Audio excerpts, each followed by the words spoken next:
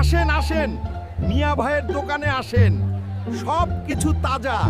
দাম শুনলে অজ্ঞান হবেন। দাম কত? ম্যাডাম 100 টাকা কেজি। কি আলু নাকি সোনা? ভাই ভাই ভাই, আমার কাছে আসেন, 100-র জিনিস 50-এ দেব। সত্যি? হ্যাঁ, তবে 50-এর জিনিস 100-তে দেব। আমি চুরি করি না, আমি শুধু ধার নিই। আউচ! চোর চোর চোর! আমার দোকান, আমার আলু, আমার আলু, আমার মাছ।